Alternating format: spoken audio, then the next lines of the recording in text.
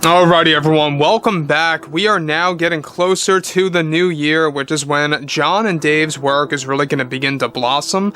We have, of course, Bad Batch 2, Mando 3, the Ahsoka series to look forward to, and a handful of announcements, which, by the way, will be presented at D23 next year, as well as Star Wars Celebration. So that's another thing to look forward to next year, is not just the shows coming out, but also the announcements of new shows that's going to really stretch out until at least the very minimum of 2025. This is Mike Zero. Make sure to subscribe if you are new to the channel for future Star Wars updates. Also, by the way, guys, make sure to drop a thumbs up on this video to support the channel. I thank you also very much for the kind support. It is greatly appreciated. Now, one thing about the new universe between Jon and Dave is that they really are embracing Star Wars Legends, and given that Bob Iger is now back in as the new CEO, he has a lot of big plans for the future. I know fans out there are very worried about the future of Star Wars under his control. I get it. But as we had already discussed, Bob Iger put it out there that he has no intentions or plans to sabotage Chapek's initial plan by giving Jon and Dave the keys. That's going to remain as is, thankfully, and will not be changed. So the thing is about all of this is that Disney is sticking to one big project that has been in the works for well over 2 years now. We're going to get right into this and exactly how it is still moving along, and they're planning for it to get released by holiday season of 2024. It's going to be a very big deal. It's going to be something substantial for the Star Wars fandom if they play their cards correctly. Let's dive right into this now, of course. Now, given that Bob Iger, alright, is really trying to create a new image for himself, and with Bob Iger now back as the Disney CEO, with Bob Chapek officially fired and the board of Disney getting ready to take Star Wars in a very positive direction for the fans, one project that will still survive the Iger and Chapek transition is the 4-hour cut of Episode 9 that is still planned for a release sometime by 2024 during the holiday season of that year, that will include many deleted scenes of Palpatine, Dark Rey, Luke, and yes, even Ben Solo and more. However, what Disney is planning to do for this special edition, quote-unquote, of The Rise of Skywalker is to essentially have a plan to reshoot the ending that only partially involved actor Matt Smith, who was planned to portray the secret young clone of Palpatine. Now, they only partially shot these scenes for The Rise of Skywalker and are now planning to reshoot a portion of that to fulfill this major deleted scene for the special edition of the film, and that actor Matt Smith has already been approached by Disney if he wanted to become involved again with all of this. This is an ongoing conversation right now happening behind the scenes, and though the 4-hour cut is still moving forward and happening, what Disney really wants to do is to fulfill the scene that will involve both Matt Smith and Ian McDiarmid. Now, let me just pause here for a second. Now, this, of course, all pertains to essentially reshooting a deleted scene that was partially shot and including it as a canon ending of The Rise of Skywalker for Episode 9.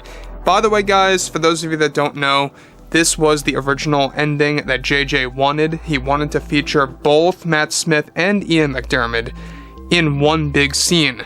A lot of these scenes were only partially shot, and a lot of which did not even involve Matt Smith.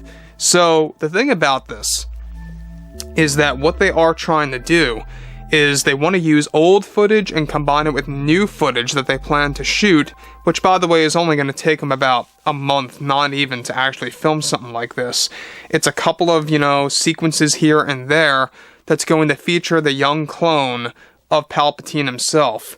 And that is the initial plan that is now going back into fruition.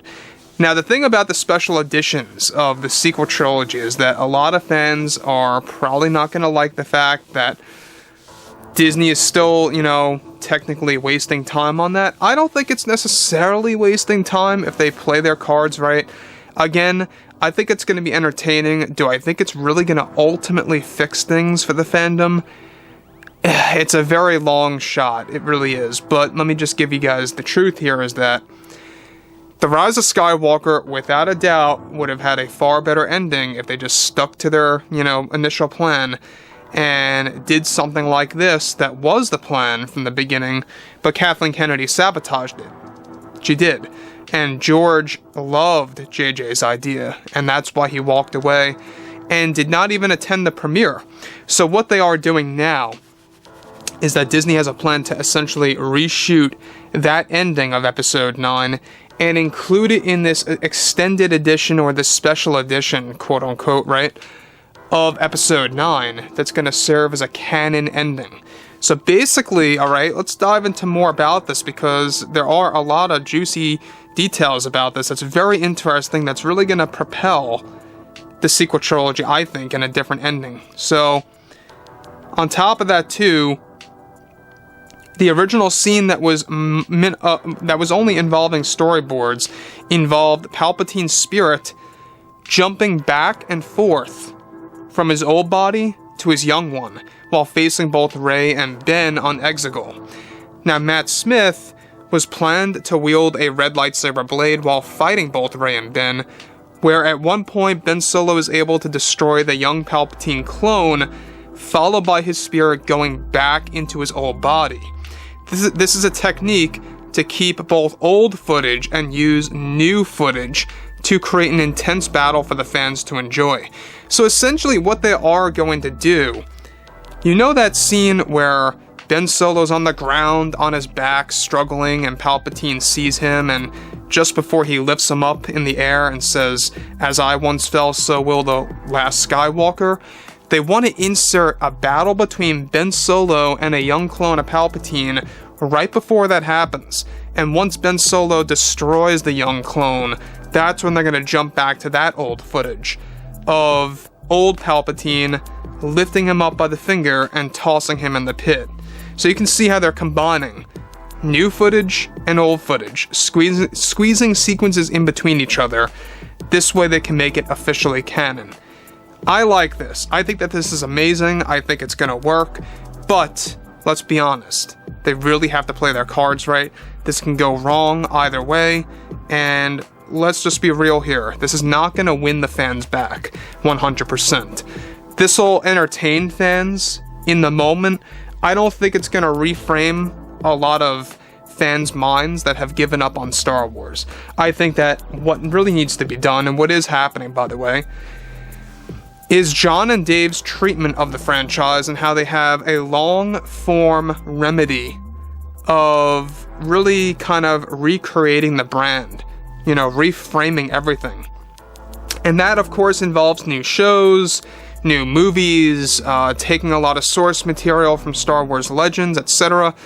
This kind of stuff that Disney is doing with the sequels, including Episode 9, I think is just going to be pure entertainment and fun. Like I say, I think that this is something that they should have done right from the get-go. It's a missed opportunity. We are way late to have seen this, of course, by 2024 at that point in time. But anyways, on top of this, guys, drop a comment below.